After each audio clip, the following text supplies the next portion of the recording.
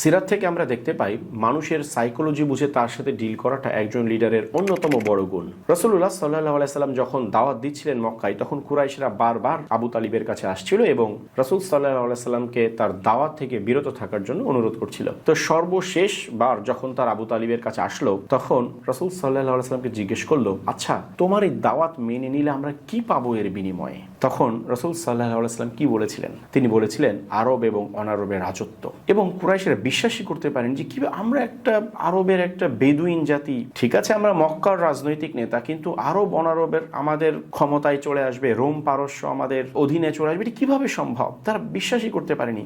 কিন্তু তারা এই ক্ষমতার লোভে লোভী ছিল। এজন্য রাসূল সাল্লাল্লাহু আলাইহি সাল্লাম তাদেরকে বলেছিলেন ইসলাম গ্রহণ করলে আরব এবং অনারব তোমাদের অধীনে চলে আসবে। আবার নবুয়তের 13তম বছরে যখন আকাবার শপথ সংগঠিত হলো, মদিনা থেকে 75 জন মানুষ হজের মৌসুমে এসে মিনায় রাসূল সাল্লাল্লাহু আলাইহি সাল্লামের সাথে অত্যন্ত গোপনে রাতের অন্ধকারে তারা সাক্ষাৎ করলেন এবং রাসূল সাল্লাল্লাহু আলাইহি সাল্লামকে মদিনায় নিয়ে যাওয়ার ব্যাপারে সব রকমের প্রতিশ্রুতি দিলেন এবং আল্লাহ রাসূলের কাছে তারা বায়াত করলেন এবং তারপর বললেন যে আপনাকে যে আমরা নিয়ে যাব, আপনার জন্য আমরা পুরো আরবের বিরুদ্ধে অস্ত্র ধরবো, যুদ্ধ করব, এর বিনিময়ে আমরা কি পাবো? তখন রাসূল সাল্লাল্লাহু আলাইহি সাল্লাম তাদেরকে শুধু একটা কথাই বলেছিলেন, জান্নাত।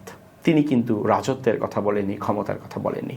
তাহলে দেখুন, একই প্রশ্নের জবাবে তিনি কুরাইশদেরকে বললেন আরব এবং অনারবের রাজত্ব, কিন্তু আনসারদেরকে বললেন জান্নাত। কেন?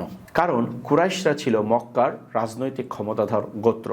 তারা ক্ষমতার মুখাপেক্ষী ছিল, তারা ক্ষমতার লোভী ছিল এবং রাসূল সাল্লাল্লাহু আলাইহি সাল্লামের নবুয়তকে মেনে না নেওয়ার পেছনে অন্যতম একটা কারণ ছিল, তারা ভেবেছিল ইসলামকে মেনে নিলে তাদের এই রাজনৈতিক ক্ষমতা হারাতে হবে। এজন্য আল্লাহ রাসূল তাদেরকে বুঝিয়ে দিলেন যে ইসলাম গ্রহণ করলে তোমাদের ক্ষমতা তো যাবেই না, বরং আরব এবং অনারব তোমাদের দখলে চলে আসবে। কিন্তু অপরদিকে আনসারেরা, যেই 75 জন ব্যক্তি এই শপথটা করেছিলেন, তারা প্রত্যেকেই ছিলেন মুসলিম এবং তারা ক্ষমতার মুখাপেক্ষী না, বরং তারা ছিলেন জান্নাতের মুখাপেক্ষী। এজন্য রাসূল সাল্লাল্লাহু আলাইহি সাল্লাম তাদেরকে মোটিভেট করার জন্য বললেন তোমাদের জন্য রয়েছে জান্নাত। তাহলে এই যে ডিফারেন্ট দুইটা স্টোরি এবং রাসূল সাল্লাল্লাহু আলাইহি সাল্লামের ডিফারেন্ট রেসপন্স, এখান থেকে আমরা বুঝতে পারি যে একজন লিডারের জন্য গুরুত্বপূর্ণ হচ্ছে তার ফলোয়ারদের বা অনুসারীদের সাইকোলজি বুঝে তাদেরকে ডিল করা, হ্যাঁ, তাদের পালস বুঝে তাদেরকে ডিল করা এবং person to person different approach গ্রহণ করা। রাসূল সাল্লাল্লাহু আলাইহি সাল্লামের সিরাত থেকে লিডারশিপের এই গুরুত্বপূর্ণ শিক্ষাটা আমরা পাই।